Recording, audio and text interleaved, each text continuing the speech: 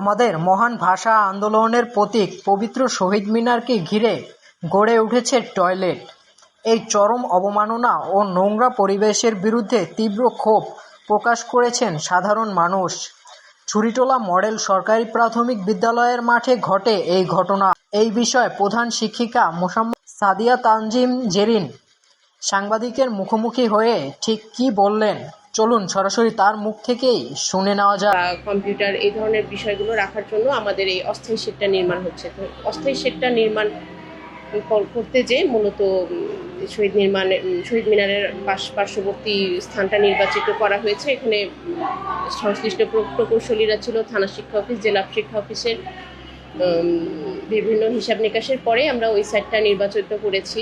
কারণ দেখা যেতে পারে যে পরবর্তীতে আমরা যদি কিছুটা বরাদ্দ বেশি পাই, কয়েকটা ক্লাস আমরা এখানেও পরিচালিত করার আমাদের ইচ্ছা আছে, যাতে বেশি দূরে আমাদের স্টুডেন্টদেরকে বা আমাদের শিক্ষকদেরকে প্রতিদিন যাতায়াত করতে না হয়। এটা আসলে প্রকৌশলীদের পরামর্শেই করা হয়েছে, যেহেতু আমাদের পানির লাইনটা ওই পাশে আছে, এই বাম পাশে আসলে রাস্তা, আর যেহেতু ওই পাশে ক্লাসরুম দিচ্ছি, এই পাশের ওয়ালে আসলে পানির লাইন নেওয়ার সুযোগ নেই। সুয়ারেজের লাইনের সুবিধার কারণে এটা হয়তো ওটা করা যেত, কিন্তু আমাদের খরচটা অনেক বেড়ে যেত। যেটা বললাম, আমাদের নির্ধারিত বাজেটের মধ্যে সম্পূর্ণ কাজটা সম্পূর্ণ করতে হচ্ছে। 18 মাসের একটা প্রজেক্ট এটা।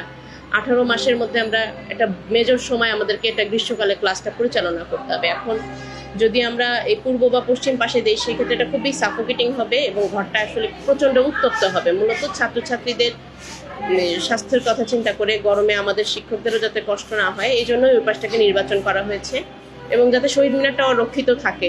আর আমরা যেহেতু অন্য স্কুলে ওই সময় শ্রেণী কার্যক্রম আমাদেরকে পরিচালনা করতেই হবে, আমরা 21শে ফেব্রুয়ারি প্রোগ্রামে শহীদ মিনারে পুষ্পস্তবক অর্পণটা আমরা সেই প্রোগ্রামটা অন্য স্কুলে হয়তো পরিচালিত করতে পারবো।